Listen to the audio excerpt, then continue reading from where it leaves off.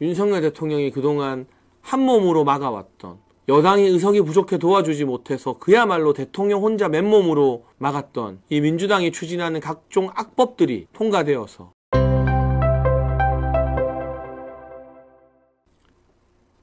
이건 윤석열 대통령을 위해서가 아니라 대한민국을 위해서 지금의 탄핵을 막으려는 겁니다. 왜냐? 이 탄핵이 통과되어 버리면 민주당이 지금처럼 아까 홍장원 차장이나 뭐 어제 김용현 전 장관 뭐 해외 도피 같은 가짜 뉴스를 만들면서 대통령에 대한 악마와 숨 쉴 틈 없이 몰아붙일 겁니다. 그렇게 되면 헌법재판소도 그 여론에 떠밀리게 돼 있어요. 6명이든 9명이든 3명이 추가 임명되든 말든 간에. 그래서 그 결과가 조기 대선과 이재명의 대통령 당선이 되면 이 나라가 어떻게 될까요? 네?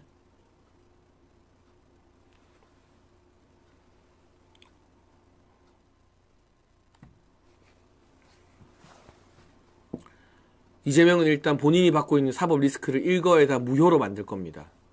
지금 감사원장과 중앙지검장 탄핵까지도 시도했기 때문에 본인에게 유죄를 내린 판사들을 굳이 탄핵할 필요도 없이 저 지방의 한직으로 좌천시키겠죠.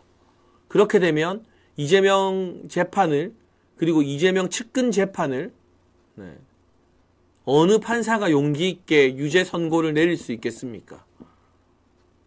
대장동, 백현동, 성남FC, 공직선거법, 위증교사, 이 모든 게 다 묻히는 겁니다. 이게 과연 정의롭고 공정한 일입니까?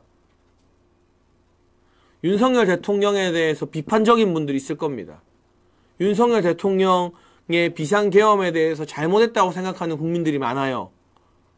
그런데 그걸 가지고 지금 막 설득하고 싸우고 이 이전에 아무리 그렇다 하더라도 정치적 책임을 지고 비판을 받더라도 이재명이 대통령이 되어서 본인의 수많은, 그리고 본인 측근들이 유죄를 받은 대북 송금까지 그 수많은 부정부패와 비리와 범죄들을 전부 다 없던 일로 만드는 게 과연 정의롭고 공정한 일이냐? 우리가 원하는 게 과연 그런 결과냐?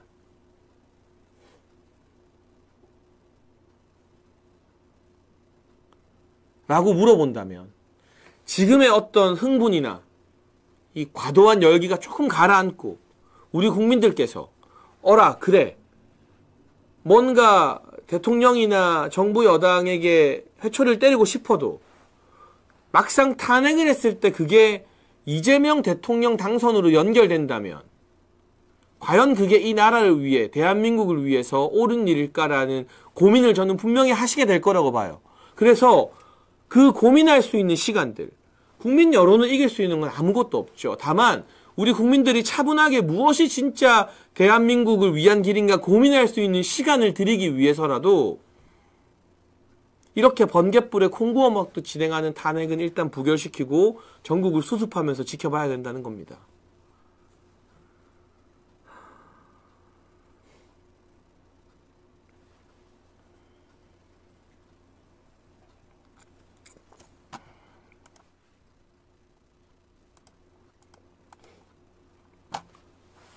그리고 또 한 가지, 민주당은 지금 190석 정도를 확보했습니다. 이재명 대표의 말 한마디에 움직이는 표가 192개입니다. 국민의힘이 108개니까요. 그러면 이 192개면 지금 윤석열 대통령이 맨몸으로 막았던, 거부권이라고 하죠. 대통령의 제2요구권으로 막았던 수많은 악법들이 한 방에 다 통과가 될 수 있습니다. 대표적인 걸 몇 가지 이야기해 볼까요?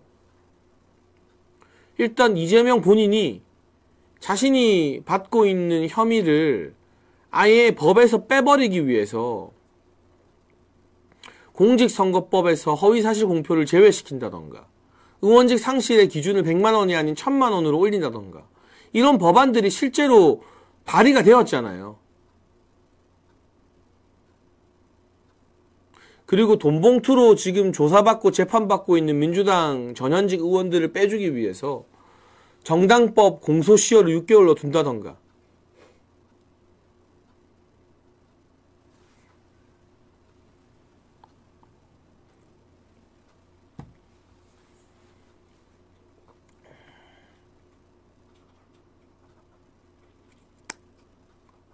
예, 지금 노란봉투법 통과되면 기업들 다 망하거나 해외로 갑니다라는 댓글도 달리는데요.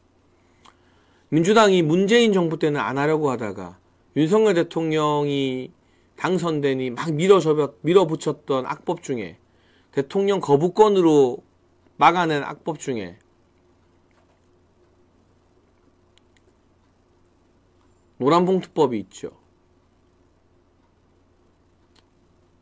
노란봉투법 통과되면 대한민국은 그야말로 365일 파업을 펼쳐도 그 불법 파업에 대한 책임을 기업이 물을 수 없는 나라가 됨으로써 기업들이 더 이상 국내에서 사업장을 영위하기가 힘들어질 겁니다.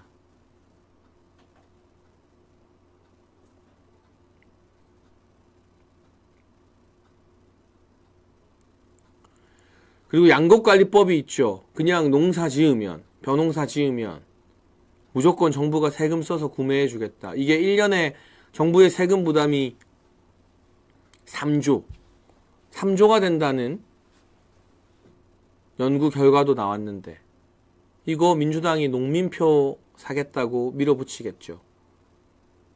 이게 문재인 정부 때는 민주당이 이런 노란봉투법이나 양곡관리법을 안 밀어붙였잖아요. 근데 윤석열 정부가 들어서고 본인들이 야당이 되니까 책임을 지지 않으니까 노란봉투법과 양곡관리법을 막 밀어붙였죠. 그럼 이재명이 대통령이 되면 본인이 당대표로서 밀어붙였던 양곡관리법과 노란봉투법을 당연히 통과시키겠죠. 더군다나 양곡법은 농민들의 마음을 산다는 이유로, 노란봉투법은 자기 도와주는 민노총과 한노총 도와준다는 이유로.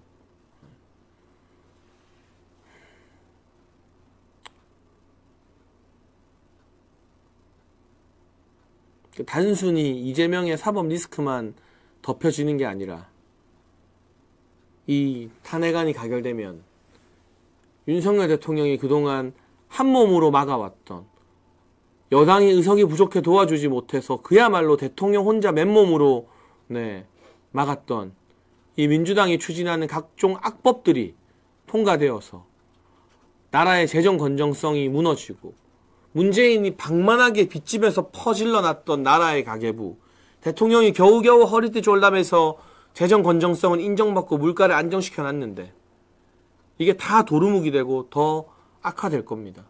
정부의 세금은 흥청망청 쓰이겠죠. 1년에 수조 원의 돈이 지역화폐로 쓰이게 될 겁니다. 그러면 이제 지역화폐나 정부가 주는 경제지원금 20만원, 30만원 받는 거에 우리가 다 길들여지고 익숙하게 되면 돈으로 표를 사는 민주당식 표퓰리즘, 이재명식 표퓰리즘에서 우리 대한민국 사회가, 정치가 헤어나오지 못하고 굉장히 오랜 시간 동안 침체할 가능성이 높습니다. 윤석열 대통령이 거부권으로 맨몸으로 막아세웠던 악법이 어디? 노란봉투법과 양곡관리법 뿐이겠습니까? 더 심각한 건 방송법 개정안입니다.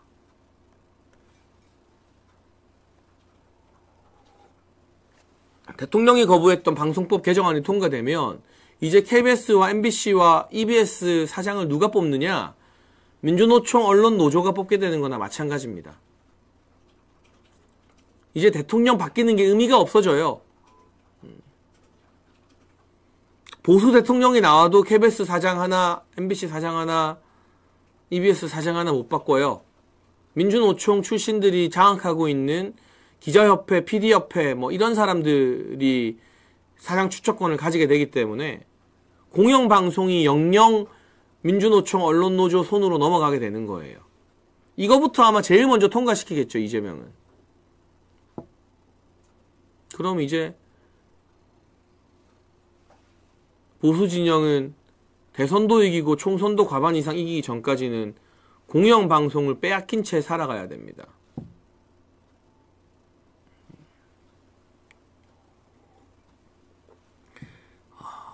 탄핵 국면에 들어서서 돌아보니 새삼 윤석열 대통령이 임기를 지키는 것만으로 거부하고 막아섰던 민주당의 악법들이 이렇게 많았구나. 대통령 혼자 맨몸으로 양곡법이니 노란봉투법이니 방송법이니 하는 온갖 악법들을 혼자 맨몸으로 다 막아서고 있었구나라는 게 새삼 느껴집니다.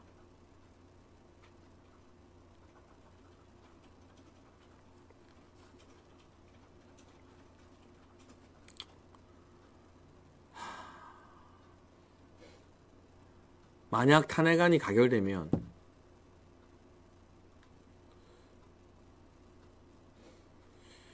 한동훈 대표의 오늘까지의 발언으로 친한계가 대거 이탈해서 탄핵안이 가결되면 그건 단순히 윤석열 대통령에 대한 심판이나 윤 대통령에 대한 직무정지로 끝나는 것이 아니라 노란봉투법, 양곡관리법, 방송법 등등에 대한 통과까지도